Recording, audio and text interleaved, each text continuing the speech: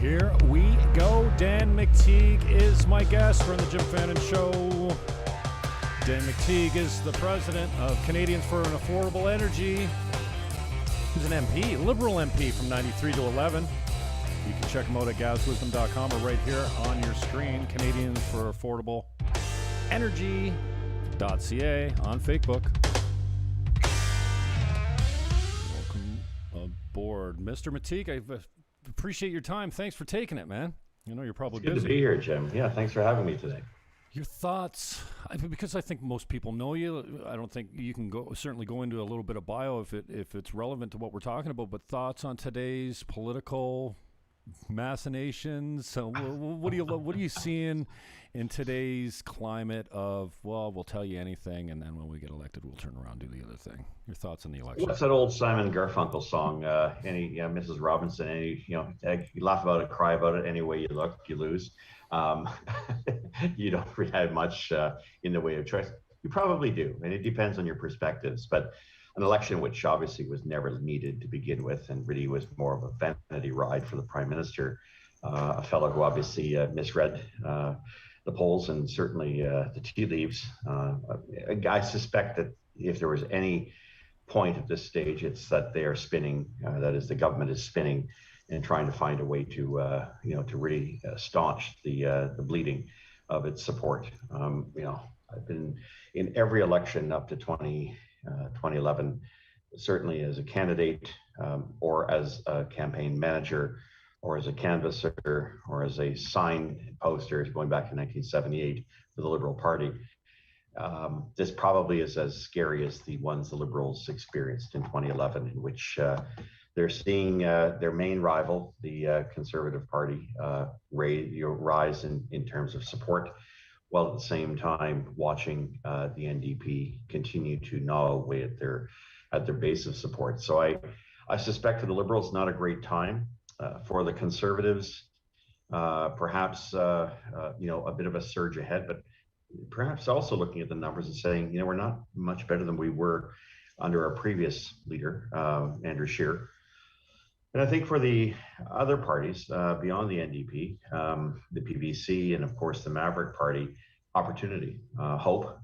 Nothing, I think, too serious in terms of any major breakthroughs, but knowing that their vote catch could very well affect the outcome of the election. I think perhaps even make this a hung parliament, in which case we'll be backing at it again.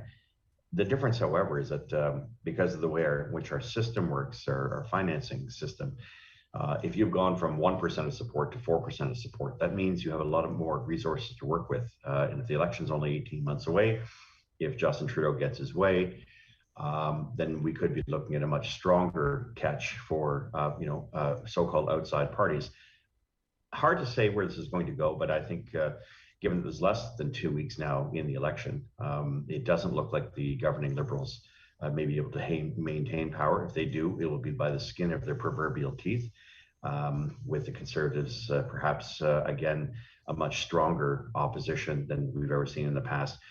I guess the real issue is not what the campaign yields, but what Canadians will have to face. We'll finally see the government have to raise the white flag and say, we've overspent. The finances of the country are terrible. Inflation is likely going to be out of control. Growth is not there. Unemployment will grow. Interest rates may very well be next in line. And of course, finances. There is no money. There's no money to pay for new programs, and we can't continue to borrow more than we've already borrowed and committed. And so for that reason, I think the election is really just a symbol. It's the last, if you will, last chance saloon, I think, for Canadians before they really visit a federal government that is going to have to be honest about the numbers and present to us, numbers that show that we're heading to a likely recession, and that will be one that could be a lot worse than anything we've seen in recent memory. Dan McTeague is my guest.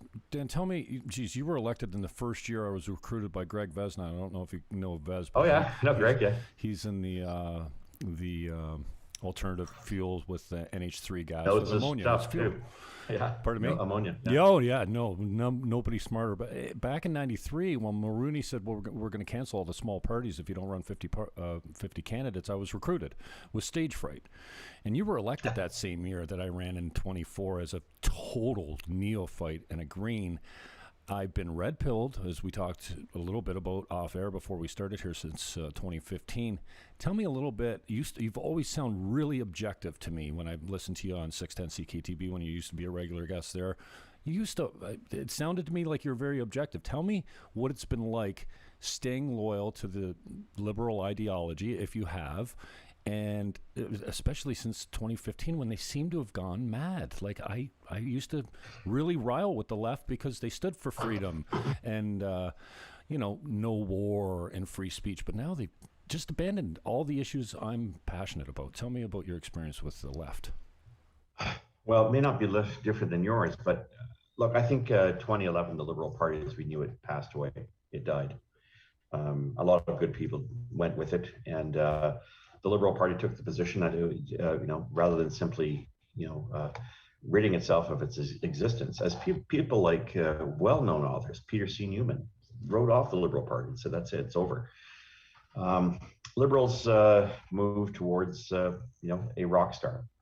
And the only name they knew that would resonate with people, apart from the fact he was young, they went with Justin Trudeau, and overwhelmingly so. So much so that even as the Liberal Party had switched from Ignatieff over to Bob Rae after the 2011 election, Rae had every intention of running in a leadership to formalize his coronation, and would run in the next election to take on Stephen Harper in 2015. But that all came to an end when Trudeau threw his hat in the race, and it became, a sort of inevitable what the outcome would be.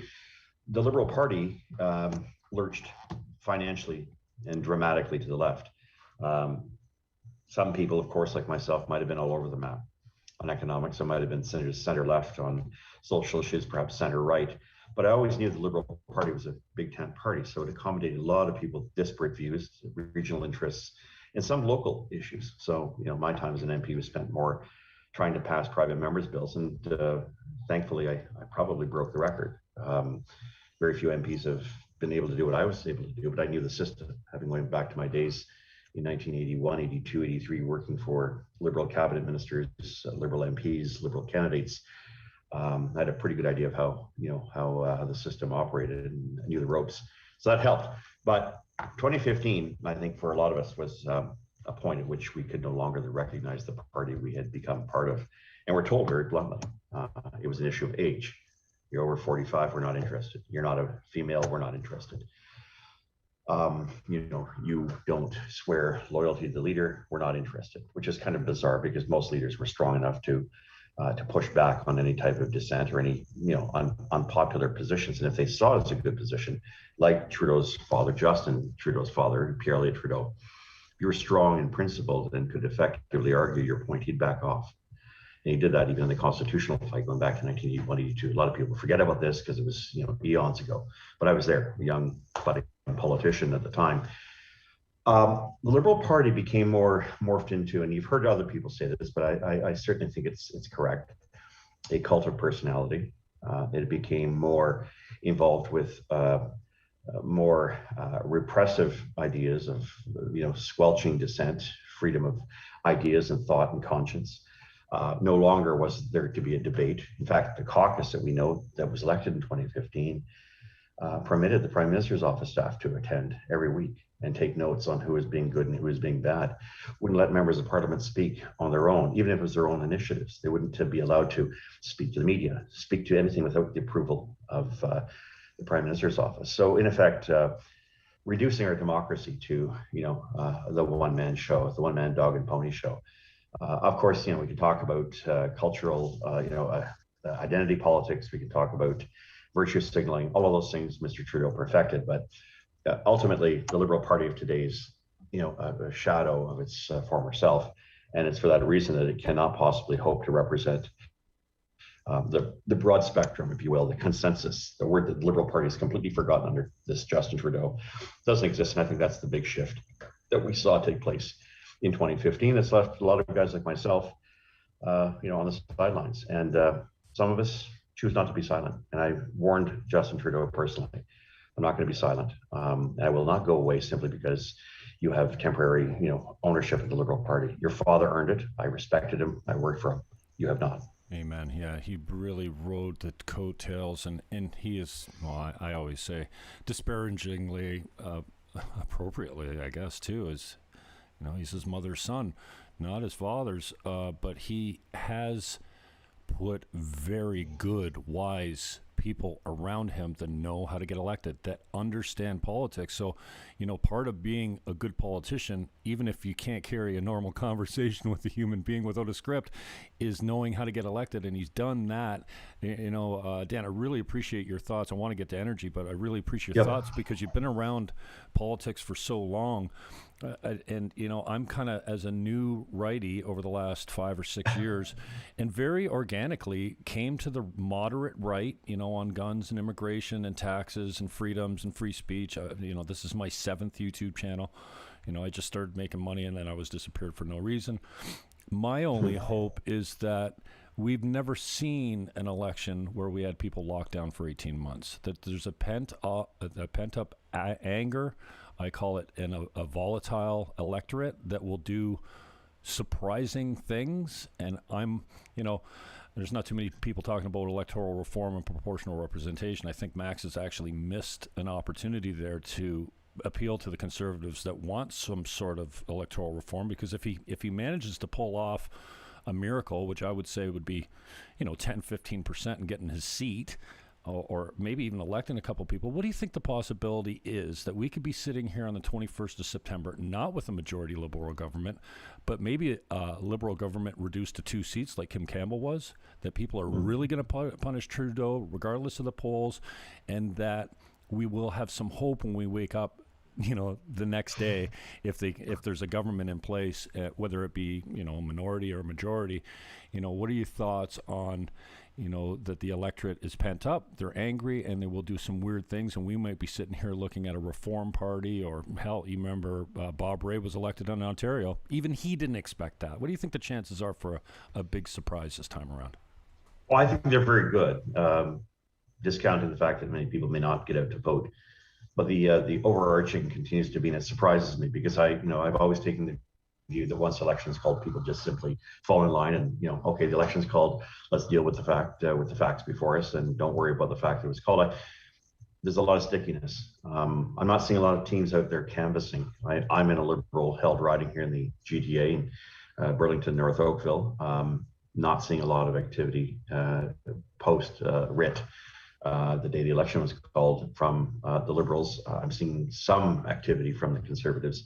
But other than that, this is considered a bit of a swing riding. And so, the Liberals are not, the Liberals, I think, are shell-shocked. At least their candidates are. And we have to admit that they've run a terrible campaign. Not only were they not able to explain to people why they called the election, but the fact is that they've had 2 to 3 weeks of gaffes almost by the day. And so for that reason, I think it's going to hurt the Liberals. I don't think it's going to cause them to disappear, as in a 1993, progressive conservative meltdown, as we saw with Shada and with my old friend Elsie Wayne, who became the only 2 survivors of that 1993 maelstrom. But I do think it's very similar to what I saw in terms of the public being a little fed up, tired of Justin Trudeau and his antics. The name Trudeau is not a great name anymore, and he's done a lot to create division and rancor. If all you have left now is to call in the middle of a pandemic, Toronto and Montreal as your fortresses, you may find that those 2 could be compromised. But I don't think that, unfortunately, the Conservatives have been able to capitalize on it. I think the problem for Mr. O'Toole is that he tried to become Liberal light on issues like climate, on other very important issues as well. And so for that reason, it's kind of important, I think, for people to recognize that while it's difficult to say what the outcome is going to be, I think Nova Scotia is weighing very much in the minds of a lot of Liberals right now.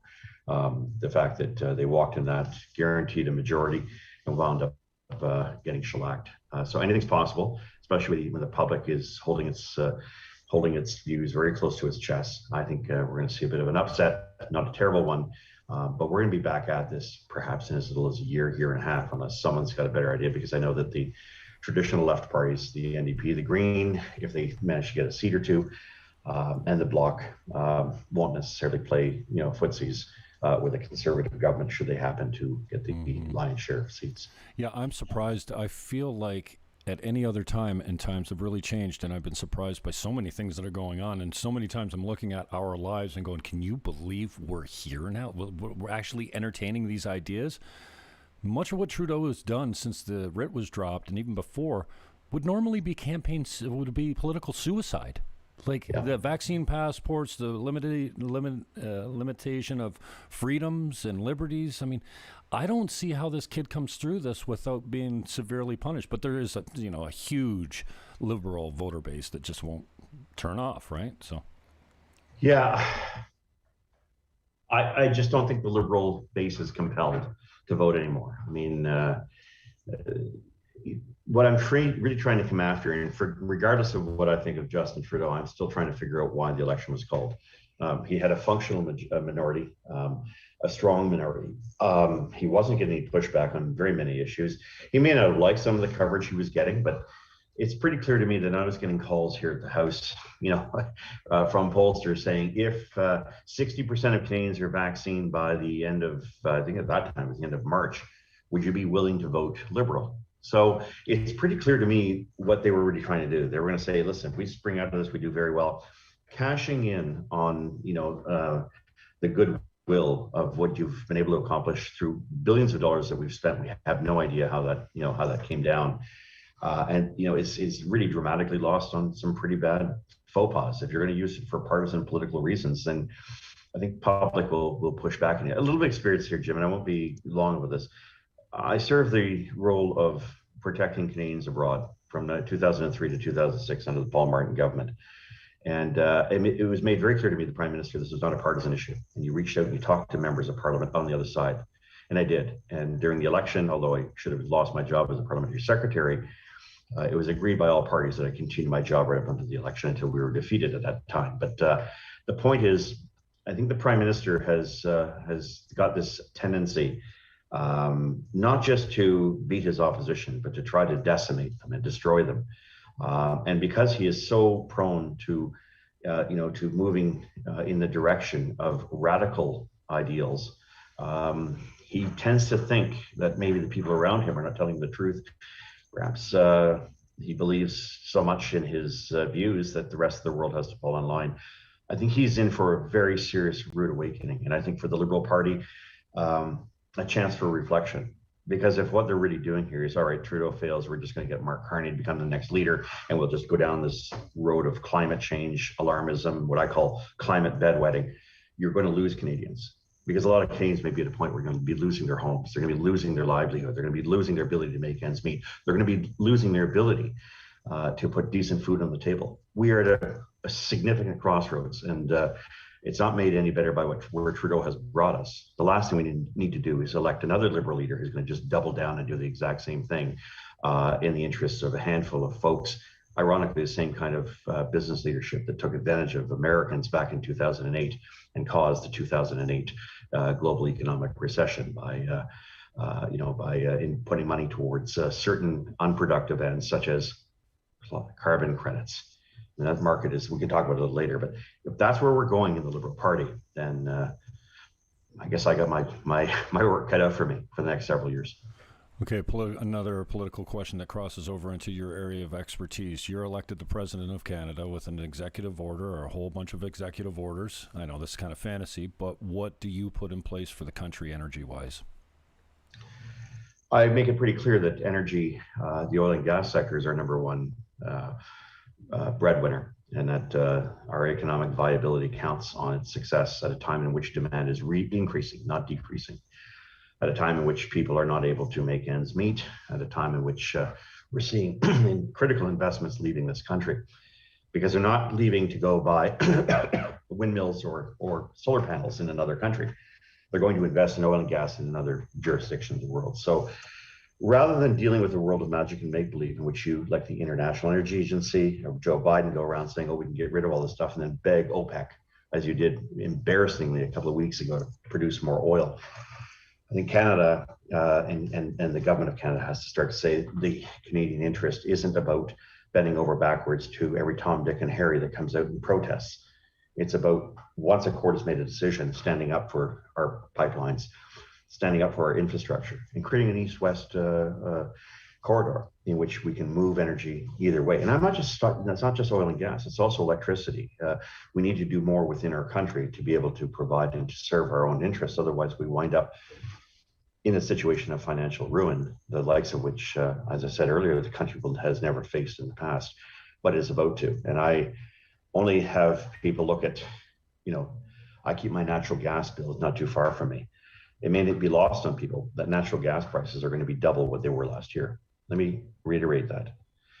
The cost of natural gas in the market was about 2.3 or 230 an MBTU. This year, it's about 470. The cost of electricity, it doesn't matter which province you're in, with the exception of maybe Quebec, which has subsidized hydro.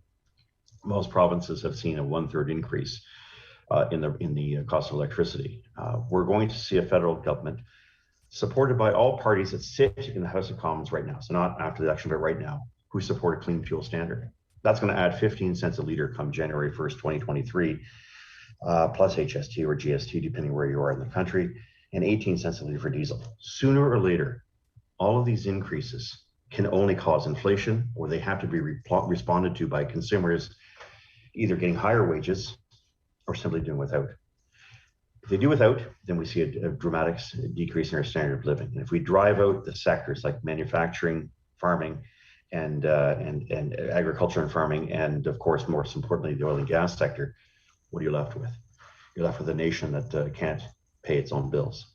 If it can't pay and manage the billions, if not trillions of dollars now of debt that it's incurred, what hospitals are going to close?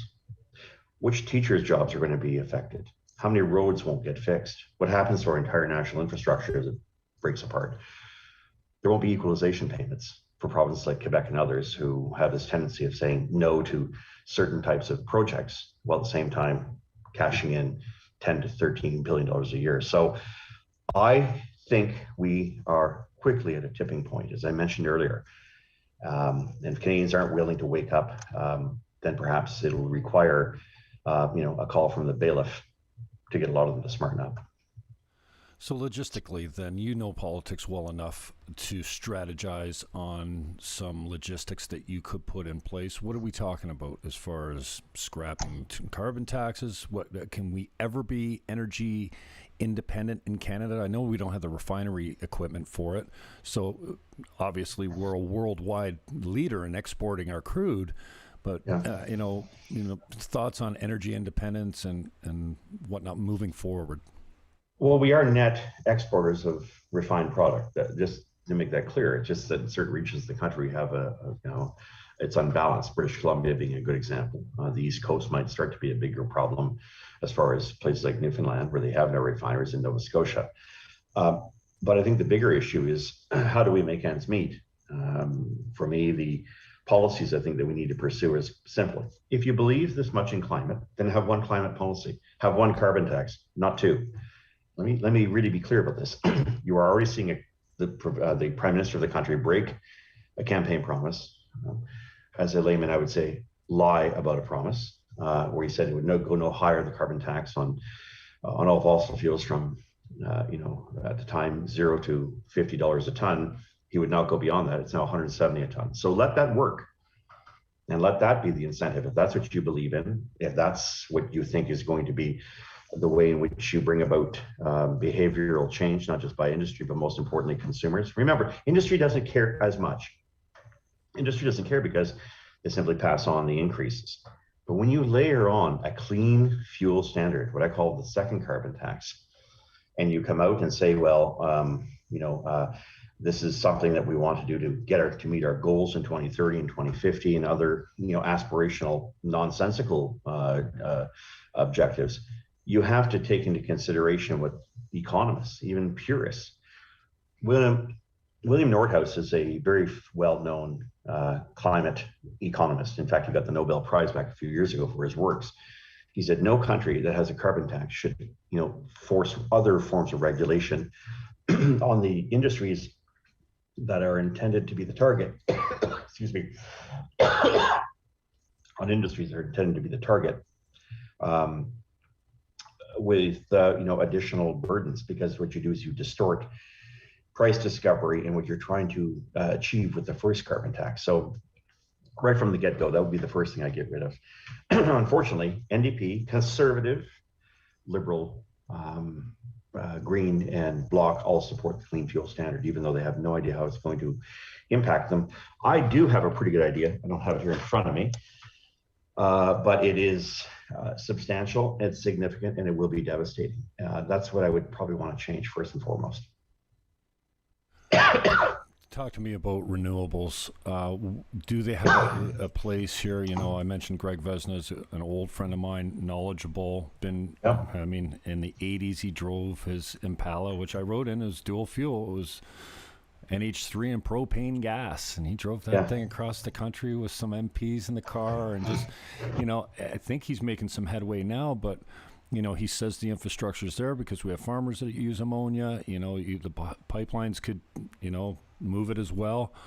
Talk to me about, some of these alternatives. We've seen the wind contracts and the graph that was included there. Talk to me a little bit about Vez's little baby, using ammonia, which is, its exhaust is basically water vapor.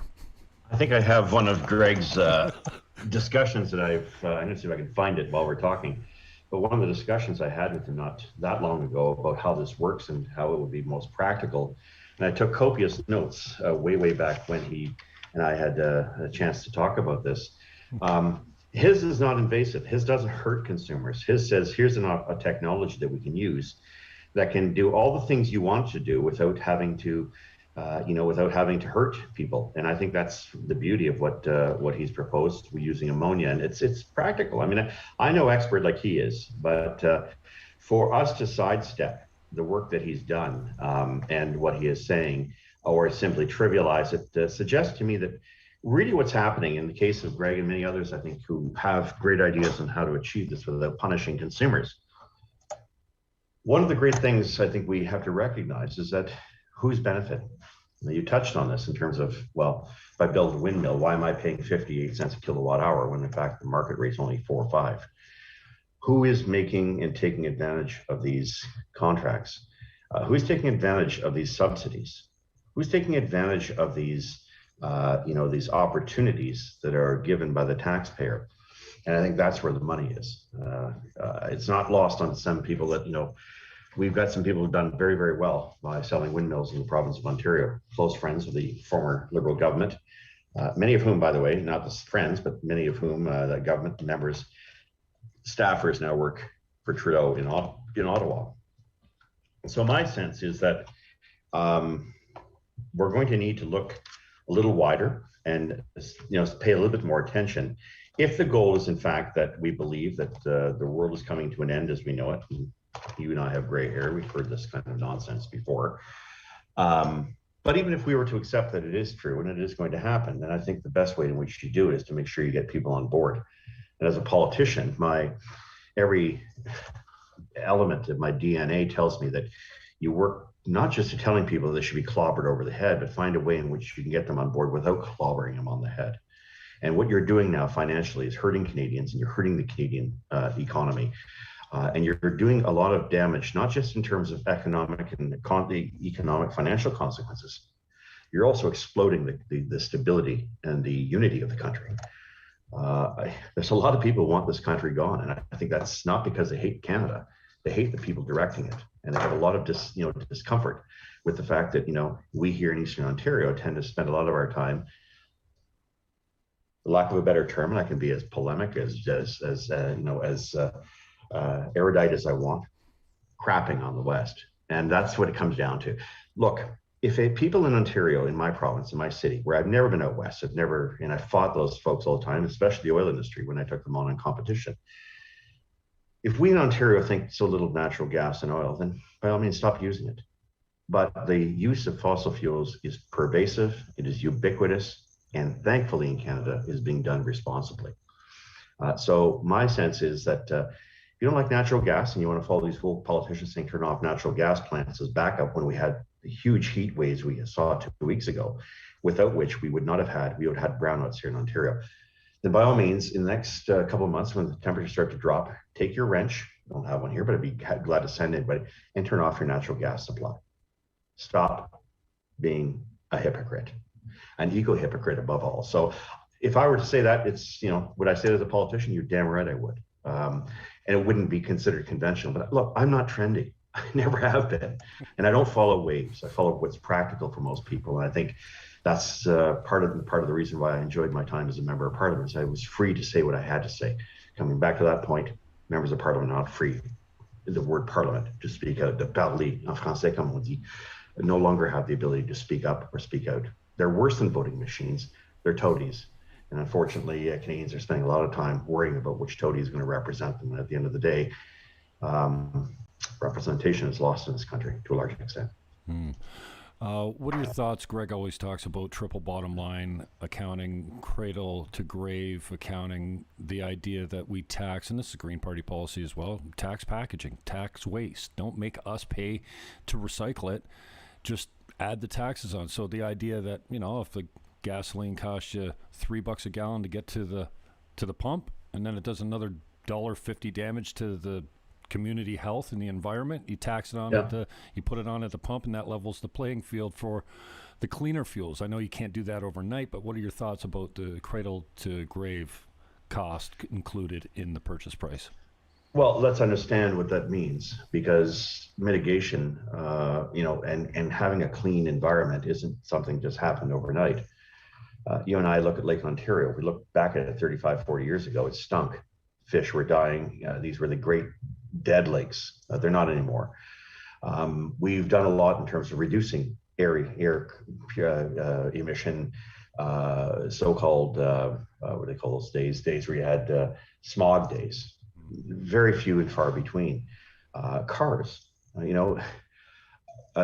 would take 17 vehicles built today to emit as much NOx, SOx, and VOCs, volatile organic compounds, as a car built back in the late 70s, early 80s. Does it mean we should sit on our laurels and say it's great? No, but I think we should have to take into account certain things. Plastics are a reality. We don't pollute. They don't wind up in waterways. They might in other parts of the world. That's a critical issue. But it's also the very thing, the vanguard, that's protected us through this damnable pandemic that we've had. If I didn't have my PPCs and I didn't have access to, masks and syringes, those things aren't made with hemp. So I guess I really have to come back to people and say, be realistic about what you and your prime minister are demanding. Because for a guy who doesn't know the difference between, a juice box and a plastic that might find its way into the Ganges River is pretty shameful. Having said all that, I think should we tax? I think what we should do is incentivize and get companies to move in a direction where financially it's more advantageous for them. So you have the stick or the carrot. We really know how to use the stick. Unfortunately, that stick is not being used against industry producing. It's being used against consumers. Anybody who thinks otherwise is delusional and needs meds right now. What are your thoughts on adapting? I mean, if the Conservative uses many arguments like, well, India's not doing jack, China's polluting their oceans, and it makes it all the way around the world to us. We're doing our part. We're paying through the nose for our energy to, to virtue signal across the economy and the world. They also say, if we stopped burning carbon today, the atmosphere and the climate is going to go through what's going to go through for the next few hundred years. We're not going to impact it. The damage is already done. So your thoughts on some of these conservative arguments that, and China's not doing anything. And even if we stop burning fossil fuel today, the climate is going to do what it's going to do. And we need to learn to adapt more than anything. Well, adaptability is fine. I just, have to look at what's happened in the past year. The world economy has slowed down as a result of COVID. And we see emissions rising, so-called carbon emissions rising. In and of itself, for every argument, there's obviously a counter argument, and I'll leave that for a much bigger battle. The tropical layer of the planet, troposphere, I think it's referred to as, has a lot more to do, especially around the equator, in terms of determining, temperatures than anything we could put into the air. But I mean, it's easy to say, hey, China, you're doing your bad job, and they're not interested in helping. Well, Canada should smother itself in trying to achieve, a reduction of 1.6% of all the emissions, and then the so-called argument, but per capita it's much higher. Look, we live in the coldest country in the world. We're colder than Russia, and it isn't done by hoping that you can put, as our federal government has invested in, if you can believe it or not, solar panels in the high Arctic, where sun for 2/3 of the year is virtually non-existent. Real brilliant move. I think we have to look at a variety of sources. And you know what? This is not new. Having this discussion is a little bit like being disingenuous to the previous generation that's gone before us. We've created hydroelectric. We've created nuclear. We've created natural gas. We've created clean coal. We've created sequestered clean coal. I mean, there's 1,000 ways in which we have produced energy in this country, but the variety, the diversity of mix is coming along. My son bought a 2021 Ford Bronco for him and his young family, a 3-cylinder vehicle that carries and does as much as an 8-cylinder did 10, 12 years ago. I'm only using that as an example because perhaps my bias working many years ago in public relations for the automotive industry, Toyota Canada in particular. And yes, I do remember the Tsunami, which we introduced as a model car in Canada. You'll note today is the Prius. That happened while I was there. So my sense is that I think we have to allow industry, and we have to allow these things to take place, and we can incentivize those things to take place. But what we don't need is to go and spend billions of dollars blowing our brains out saying we have to give rich people, a subsidy to buy a Tesla, which they're only going to trade in 4 or 5 years, batteries that are made in China, and which have very little in terms of a positive environmental impact for Canadians and for emissions. So if we're going to get really tied up on the issue of CO2, we better get it right, because there's a very strong debate. I don't necessarily trust the International Panel on Climate Change. I suspect that their whole agenda is to find where there is no issue, to find anything. Hot weather, we got a forest fire somewhere, or an earthquake, or a hurricane. And yeah, it's climate change. It's not. It's been going on for trillions of years, billions of years. And so I get the point where people can be really concerned about these things, but I think the issue of world peace and addressing poverty and trying to address affordability and trying to improve the human condition, which is, I think, the pursuit of many of us, versus those who at the end of the day are saying, nah, this isn't just about adaptation and sustainability. Let me be very blunt. It's about population reduction. And it comes down to it. That's Malthusianism. And that's ideology that died 200-300 years ago. I'm really sick of people revisiting that idea, but that's what they're talking about. They do not like the fact that there was no peak oil. They don't like the fact that we didn't go into a massive starvation where the world would come to an end. People, 2/3 of the population of Britain and North America would have no food, and that we would have temperatures going through the roof. Oh, actually, in the 1970s, we would have freezing that would kill us. I mean, that was de rigueur, as they say, back 30, 40 years ago. I can go at length on this, but the reality is, I think it's like Yogi Berra said, if you don't know where you're going, chances are you're going to wind up somewhere else. And that's where, unfortunately, the political scientists, not the scientists, but the political scientists are taking us. Amen. I love you, brother. Thank you for your time. Just on the way out, a message of hope for those of us that are so far black-pilled and have yet to clown pill, so we're just laughing at everything. We're feeling hopeless, a little suicidal, that we're never going to be able to get out from underneath big business and big government. And give any message of hope, any light at the end of the tunnel from Dan McTeague today. Do what I'm doing. I got no particular special set of qualifications.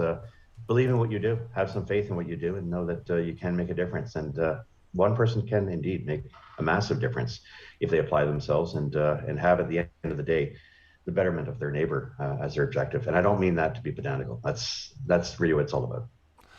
Thank you, my friend. Let's do this again when I can take you a little longer. I know you got more appointments, so I want to get you out of here on time. But thanks very much, Dan McTeague, for your time. That was great. All right, thanks, Jim. All right, cheers. Bye-bye. That's Dan McTeague. If you need him, thank you, Dan. Affordable energy for Canadians. Canadians for AffordableEnergy.ca. Here's his Facebook group right here. Sorry, Dan, I did cut you hard. Usually I like, sometimes I don't talk to my people after the interviews. I just get them hard. He's got an interview to go to at 1 o'clock, so I want to get him out on time. It's 12:55 p.m. EST on your local time if you're in my area of the world. Here's where he's at on Twitter, at Gas Price Wizard. Dan McTeague on Twitter, twitter.com/gas price wizard. And well, I mean, who uses LinkedIn anymore? Come on now. I'll get this uploaded. It'll be on the podcast, on iTunes, Stitcher, and all the other platforms within the hour. Good night now. I'm out.